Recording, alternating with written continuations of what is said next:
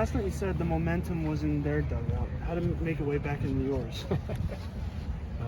Team that scores first, you know, and you get in a game like that, same thing will hold true tomorrow. If they come out and score first tomorrow, they'll have a lot of life and think they can win. If we score first, they have a chance to roll over and say, oh, here we go again. So I really thought not getting those 2 runs in the first inning when Barry hit the line drive, they made a nice play, was going to come back to get us, but we managed to keep grinding. You know, with our offense, the way we run, you can't walk us. You know, they walked us 10 times tonight.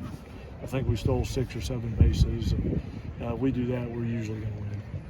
Having 3 hits on the night. He's not a guy that's known for really getting his hits, but he's still an offensive asset for you guys. What does that mean? Yeah. Kloska and Tucker, 3 hits apiece, I think, in the 8 and 9 hole. And if our guys were doing that and flipping the lineup over to AD and Weatherholt and Scott, if those guys are on base when AD and JJ come up, then we're probably going to score a lot of runs because it just puts a ton of pressure on the defense. It seems like just the latest example of the team listening, getting the message, you know, that you're trying to get to them. Obviously, the one that you were sending from last night. How gratifying has that been, and is this team one of the better ones at doing that? Yeah, you know, we just told them, you want to play your best baseball in May and June, and it seems like that's what we're doing. And when you do that, that means you have a good team. That means the chemistry in the locker room is good. The culture in the program is good. The guys are getting along. Nobody's being selfish.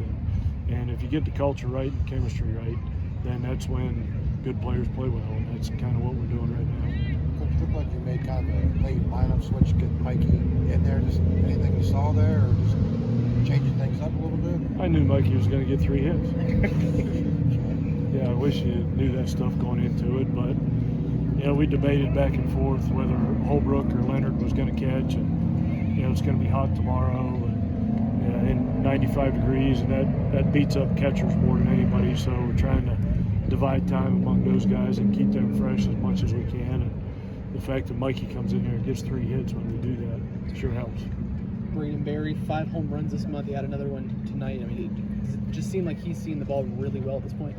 Well, he sure does. You know, he fits the mold of the kind of kid we try and recruit here. A great athlete with a great work ethic. Those guys always find a way to become really good players. And he's a great athlete. He's got unbelievable work ethic. And you call it, man. He's just seeing it really well right now, hitting multiple pitches and multiple parts of the plate. Man, he's a force in that 5-hole. After, you know, he's him and McGuire.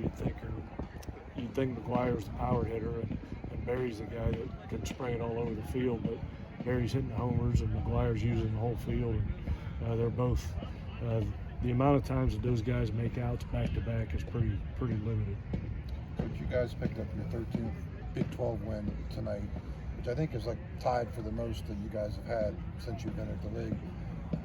You know, what does that say about this bunch? Because I mean, you've had other teams get to 13 that, you know, had higher expectations. But what does that say about this bunch to get to this point? You know, really didn't expect this out of this team. You know, it's the first month. All we talked about was we need starting pitching. We don't have good enough starting pitching. So I never thought we'd be in a position to set a Mountaineer record for wins in the league. But this team has just found a way to grind it out. And guys like Hampton stepped up. Waters has had great days on the mound. And Aiden Major's given us good innings. So yeah, if you'd have told me that going into the season we'd be in this position, I'd say you're crazy. But we've managed to play pretty well. The thing about winning games in this league, if you win 13 games, you've beaten 13 really good teams, no matter who they are. Everybody's capable of beating, not 13 teams, but you won 13 games over really good teams because everybody's good. Everybody's good. You know, anybody can beat you, and they've done that. Kansas State won the series over Texas earlier this season. So if anybody thinks somebody's not capable of beating us, they're crazy. And we've just been playing pretty well lately. Back to the lineup, you know, last couple of weeks you've been putting Dane at third, JJ at second. You know, obviously McGuire's been playing catcher all season, but when you're making that decision, is that workload management? Is that matchups? What goes into that choice? A little bit of matchups. You know, it's if you go into a game and the opposing pitcher struggles against left-handed hitters, When you catch McGuire, it gives us a chance to get Lasik and Dowdell in the lineup. But when Dane catches, McGuire's pretty much stuck in the DH spot, so there's no opportunity to DH a lefty. So a little bit of both. You know, you don't want to try and wear catchers out. That's a pretty tough position in the heat, wearing all that gear. You know, the two hottest people on the field on a hot day are the catcher and the mountaineer. So you want to try and manage that, but it's also a matchup thing.